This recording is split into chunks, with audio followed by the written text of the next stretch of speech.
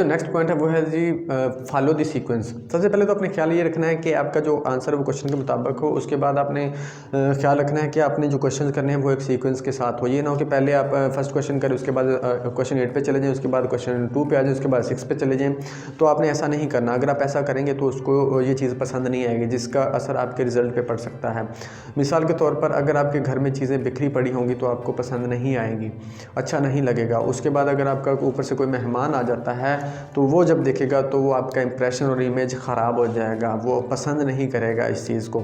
तो आपने कोशिश करनी है कि आपने एक सीक्वेंस के साथ आपने क्वेश्चन को हल करना है। उसके बाद क्वेश्चन सीक्वेंस के साथ हल करनी है। बिल्कुल इसी तरह से जैसे क्वेश्चंस की आपने एक सीक्वेंस बनानी है, इसी तरह से आंसर की भी एक सीक्वेंस होती है। आपने देखना ये है कि क्वेश्चन आपको क्या किया गया, उसी हिसाब से आपने उसका आंसर करना है, उसी हिसाब से आपने सीक्वेंस बनानी है आंसर में पॉइंट्स की।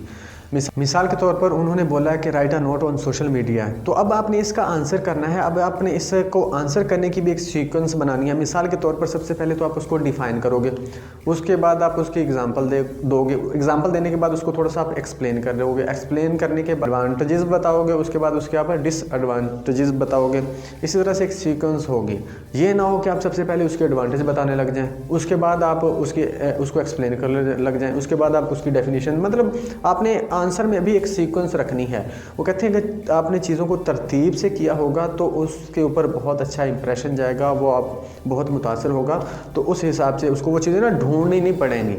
कहते हैं कि आपका जो आंसर होता है उसमें भी जो डिफरेंट पॉइंट्स होते हैं उनके उस हिसाब से मार्क्स दिए जाते हैं। तो उसको चीज़ें ढूंढनी नहीं पड़ेंगी, वो तरतीब से एक सीक्वेंस के साथ चलता चला जाएगा और आपको मार्क्स देता चला जाएगा। तो आपने कोशिश करना है अपने क्वेश्चन और जो उसका आंसर है वो आप एक सीक्वेंस के साथ दो। उसके बाद हमारा जो नेक्स्ट पॉइंट है वो है जी डायग्राम एंड टेबल्स।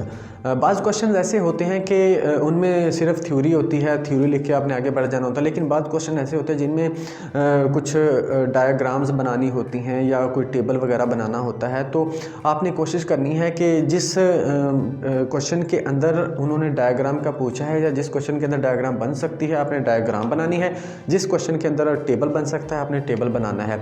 क्योंकि इसका आपका जो डायग्राम होते हैं और टेबल होती है, इसका बहुत अच्छा इंप्रेशन पड़ता है, इसका बहुत अच्छा आपको वो कहते हैं ना असर पड़ता है, चेक करने वाला इंप्रेस होता है आपसे। और एक मज़े की बात ये कि जब आपने डायग्राम बनाई होगी या टेबल बनाया होगा तो वो सिर्फ आपकी डायग्राम देखेगा, टेबल देखेगा। क्योंकि इसकी वजह ये होती है कि डायग्राम या टेबल जो होता है वो कॉन्सेप्ट के बगैर नहीं बन सकता। तो वो क्या बेसिकली आपको पता है कि जो आपका एग्ज़ाम होता है उसका मतलब होता है कि आपको असेस करना कि आपको कितना पता है, आपने कितनी चीज़ें लर्न की हैं और आपको किस हद तक चीज़ों के बारे में नॉलेज है। तो जब आपने डायग्राम बना दी होगी और टेबल वगैरह लिख दिया होगा तो वो आपको असेस कर लेगा कि यार इस बच्चे के पास नॉलेज है, इसको पता है, इसने लर्न किया है। तो वो सिर्फ आपकी डायग्राम और टेबल को देखेगा और मार्क्स देके आगे बढ़ जाएगा और थ्योरी के ऊपर आपकी ज़्यादा फोकस नहीं करेगा।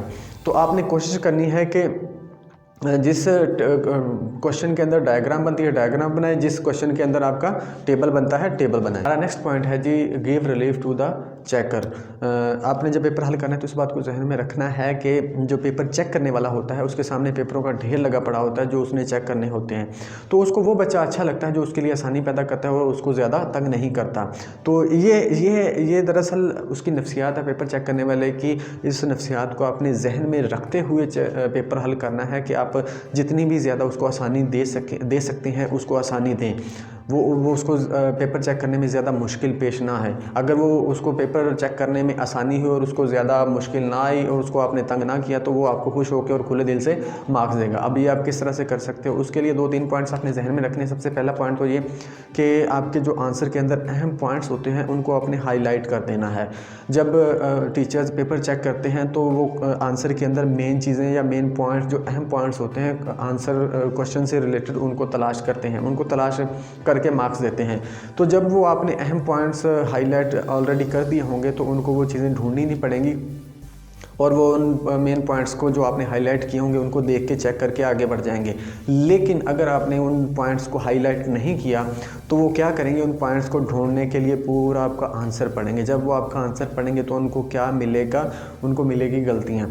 तो आपने कोशिश करना है कि वो आपका पूरा आंसर तफसील के साथ ना पढ़ें। आपने मेन चीज़ों को अगर हाईलाइट नहीं किया तो उनको हाईलाइट करें आप। अगर हाईलाइट किया होगा तो वो आपकी वो सिर्फ मेन चीज़ें मेन पॉइंट्स देख के आगे बढ़ जाएगा। उसके बाद जो दूसरा स्टूडेंट स्टूडेंट्स अक्सर गलती करते हैं वो ये कि क्वेश्चन नंबर और जो पार्ट नंबर होता है उसको सही से नहीं लिखते। आपने कोशिश करनी है कि जो क्वेश्चन नंबर है वो अच्छे से लिखें, वाजे करके लिखें, और उसके आप उस क्वेश्चन का कौन सा पार्ट कर रहे हैं वो भी आप वाजे करके लिखें। बाज़ स्टूडेंट्स ऐसा करते हैं कि शुरू में क्वेश्चन नंबर लिख देते हैं। शुरू में मिसाल के तौर पर आपने क्वेश्चन लिखा है, ये आपने बस शुरू में लिख दिया, उसके बाद आप इसके क्वेश्चन करते जा रहे हो, इसके पार्ट करते जा रहे हो।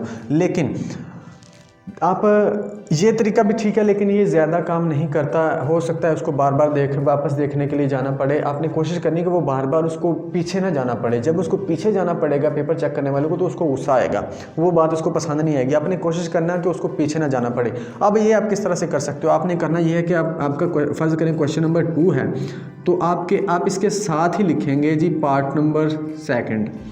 अब आपने पार्ट 3 करना है तो आप लिखेंगे क्वेश्चन नंबर 2 पार्ट नंबर 3। इस तरह से आप क्वेश्चन जो उसका क्वेश्चन है वो लिखें, उसके के साथ ही आप उसका पार्ट नंबर लिखें। इस तरह उसको बार बार वापस नहीं जाना पड़ेगा चीज़ों को चेक करने के लिए, तो ये चीज़ उसको अच्छी लगेगी और वो आपको मार्क्स देगा। उसके बाद मैंने आपको पहले बता दिया राइटिंग बहुत अहम रोल प्ले करती है।